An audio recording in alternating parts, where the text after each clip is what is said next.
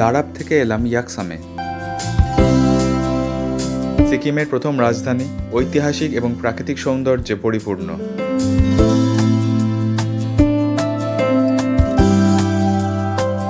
বাজার এলাকায় অনেক হোটেল আছে, কিন্তু আমি চাইছিলাম হোমস্টেতে থাকতে, নিরিবিলি পরিবেশে।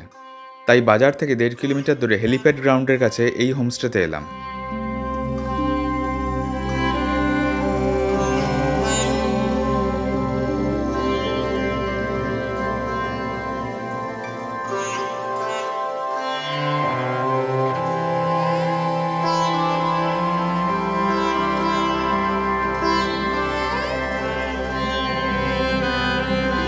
দশ বছরের পুরনো হোমস্টে, পরিষ্কার পরিচ্ছন্ন, এরকম 4টে ঘর আছে।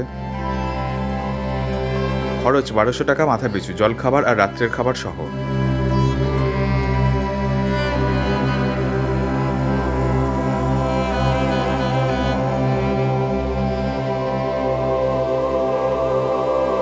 সামনে সুন্দর পাহাড়ের ভিউ, খোলামেলা সাজানো লন। কিছুটা দূরেই হেলিপ্যাড গ্রাউন্ড দেখা যাচ্ছে।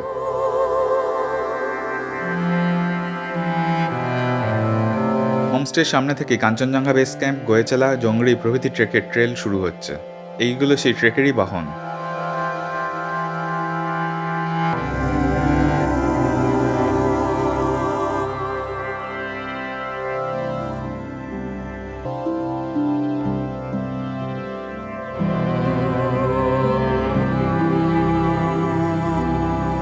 হোমস্টে প্রধান চুংদা শেরপাজির সাথে বেরোলাম সাইট সিইংয়ে। ইয়াকসামে প্রচুর সাইট সিইং পয়েন্ট আছে। কোনো গ্রামকে সাইট সিইং পয়েন্ট বলে চালিয়ে দেওয়ার মতো নয়, প্রকৃতই সাইট সিইং।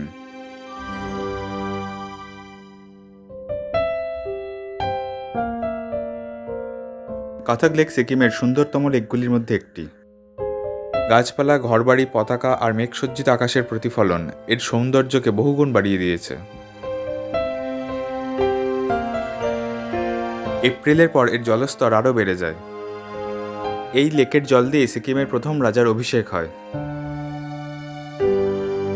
এত সুন্দর পরিবেশের জন্য আমি তো অনেকক্ষণ বসেছিলাম। ব্যাঙাচি আর পাখিরা নিজেদের মতো ঘুরে বেড়াচ্ছে। তবে এই লেকের আরেকটা রহস্য আছে, যেটা কাল সকালে দেখা যাবে।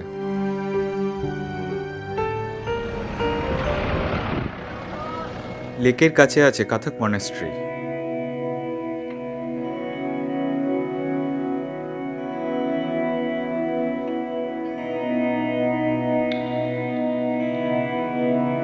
এরপর এলাম করোনেশন থ্রোনে। 20 টাকার টিকিট এই দোকান থেকে দিলেন।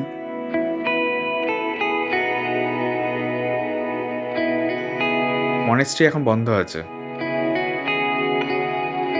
ইয়াকসাম শব্দের অর্থ হল 3 সন্ন্যাসীর মিলনস্থল। তিব্বত থেকে 3 জন মঙ্ক এখানে এসেছিলেন এবং 1642-তে সিকিমের প্রথম রাজধানী ইয়াকসামে স্থাপন করেন। ফুনসক নামগিল ছিলেন প্রথম ধর্মীয় ও রাজনৈতিক রাজা।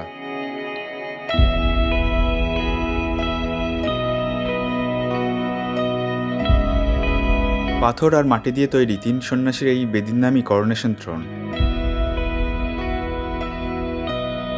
এই বোর্ডে বিস্তারিতভাবে সেই তথ্য দেওয়া আছে।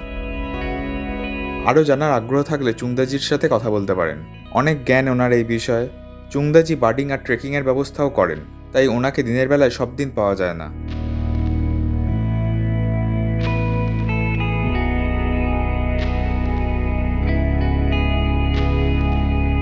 আর এই বড় গাছটাকে বলা হয় সন্ন্যাসীর ওয়াকিং স্টিক থেকে হওয়া গাছ।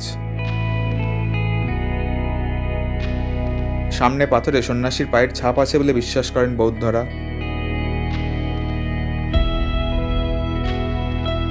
আর আছে এই বিশাল চড়তেন। কথিত আছে যে সিকিমের সমস্ত জায়গার মাটি দিয়ে এটি তৈরি করা হয়েছিল।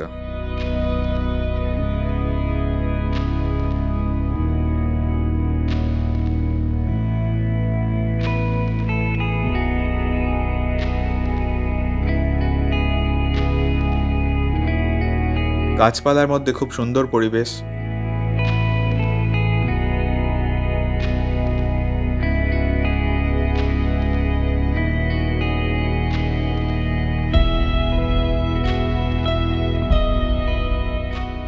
কাছেই আছে থাংটং গ্যালপোর মূর্তি।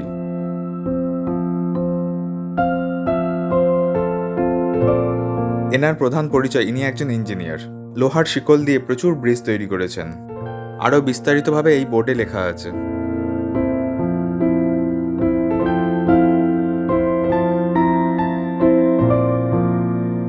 একটু দূরে আরেকটা মনেস্ট্রি দেখা যাচ্ছে। গাড়ি যায়, তবে আমি হেঁটে কিছুটা গিয়েছিলাম।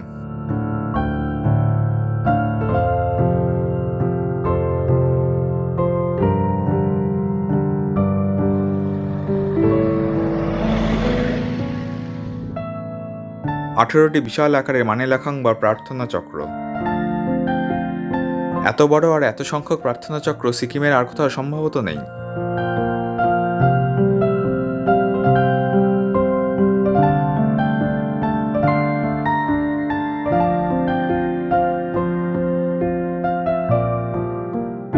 এবার তো কিছু খেতে হবে।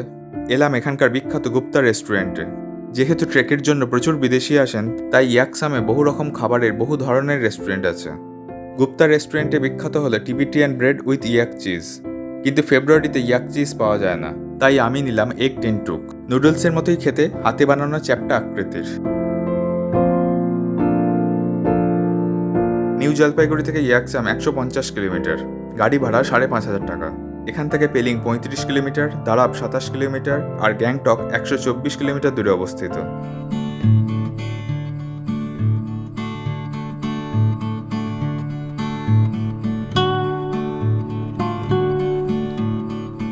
আজকের মতো সাইট সিইং শেষ। বিকেলের নরম আলোয় ভাবলাম পায়ে হেঁটে একটু অন্যদিকে ঘুরে আসি। হোমস্টের পাশ দিয়ে এই রাস্তাটা চলে গেছে, সেটাই ধরলাম।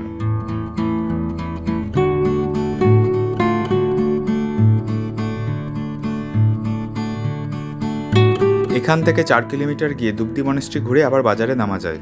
সিকিমের প্রাচীনতম মনেস্ট্রি, কাঠের সুন্দর দোতলা বাড়ি। তবে আমার আর যাওয়া হয়নি। আবার যদি বাজার থেকে যাওয়া হয় তাহলে 2 কিলোমিটার গাড়িতে গিয়ে আবার মিনিট 15 হাঁটতে হবে। এখানে আগে ট্রাউট মাছের চাষ হতো, এখন নিচের দিকে হয়, সেখানেও ঘুরে আসতে পারেন।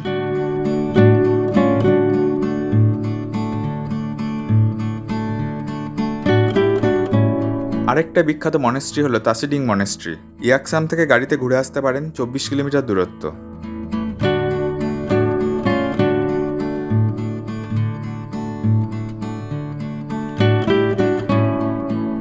আরও হাঁটতে ইচ্ছা করছিল, কিন্তু অন্ধকার হয়ে আসাতে হোমস্টে ফিরে এলাম।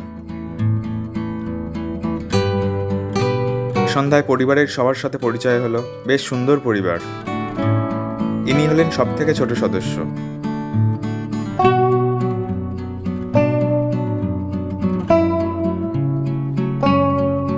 চায়ের সাথে সিকিমের স্ন্যাক্স, ঘরে তৈরি।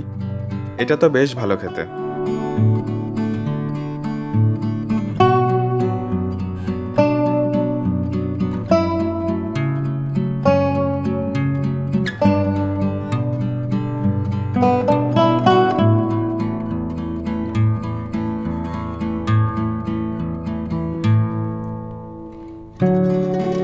রাত্রের খাবার ছিল চমকপ্রদ। আমি স্থানীয় খাবার খেতে পছন্দ করি বলে এই রকম আয়োজন করেছিলেন। রাই শাক, ডিপ ফ্রাইড আলু ভাজা। এটা হলো ফার্মেন্ট করা সোয়াবিনের তরকারি। স্বাদ ভালো, একটা অন্যরকম গন্ধ আছে, তাই খাবারের বিষয়ে কেউ খুঁতখুঁতে হলে না খাওয়াই ভালো। আর এটা হলো বিভিন্ন রকম সবজির ফার্মেন্ট করা আচার। চুংদাজি দুপুরে দেখেছিলেন আমি কতটা হতাশ হয়েছিলাম টিবেটিয়ান ব্রেড আর ইয়াক চিজ না পেয়ে, তাই কালকের জলখাবারের জন্য এই বিশেষ প্রস্তুতি। রাত্রেই ইস্ট মিশিয়ে রাখতে হয়।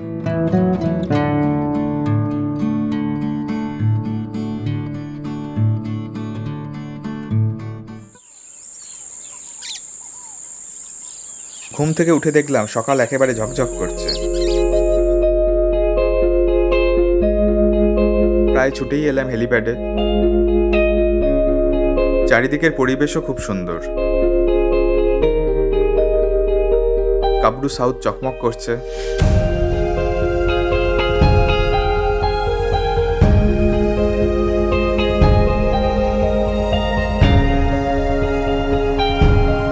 এবার হাঁটা দিলাম কথক লেকের উদ্দেশ্যে।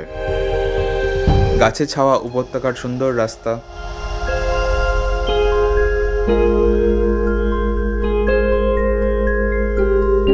শুকনো নদীপথ, ঘরবাড়ি। মিনিট 15 সময় লাগলো। সকালে লেকের সৌন্দর্য আরো সুন্দর লাগছে। আর একটু এগিয়ে যেতেই দেখতে পেলাম প্রায় অপূর্ব সেই দৃশ্য।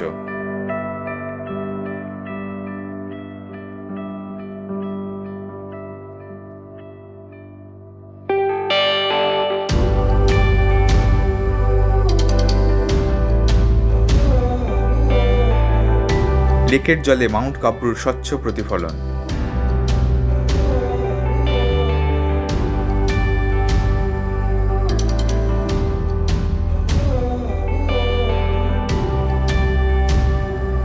এই পরিবেশের বর্ণনা কোনো কবিই সম্ভবত দিতে পারবেন না।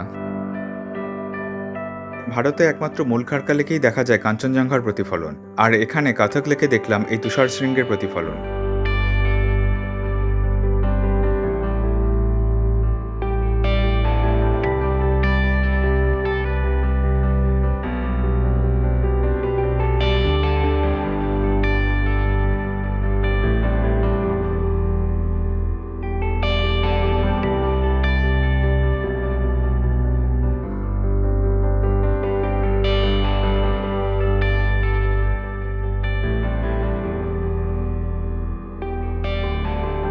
ফিরে এলাম হোমস্টেতে।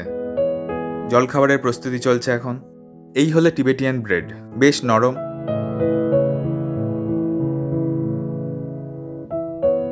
এটা হলো কটেজ চিজ বা ছুরপির পদ। পেঁয়াজ, আদা, টমেটো ইত্যাদি দিয়ে তৈরি করা হয়।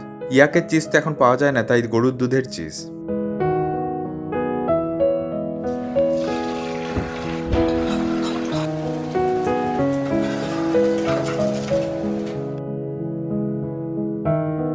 অসাধারণ খেলাম। এখানে এলে আপনারা অবশ্যই খেয়ে দেখবেন। হোমস্টের সব রান্নাই খুব ভালো।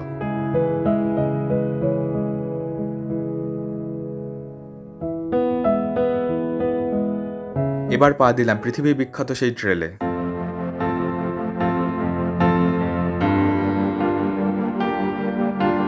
এই পথ দিয়েই যাওয়া যায় কাঞ্চনজঙ্ঘা বেস ক্যাম্প, জংরি, গোয়েচালা। তবে আমি যাচ্ছি শুধু প্রথম গেট পর্যন্তই। 1 ঘন্টার মতো সময় লাগবে। আমার সঙ্গে যাচ্ছেন চুংদাজির ছেলে কুনজেংজি। মার্চ থেকে মে আর সেপ্টেম্বর থেকে নভেম্বর এই ট্রেকের জন্য দেশ বিদেশ থেকে বহু মানুষ আসেন। রাস্তা সাধারণ হালকা চড়াই উতরাই আছে, কিন্তু প্রথম গেটের সামনে এসে মন ভরে গেল।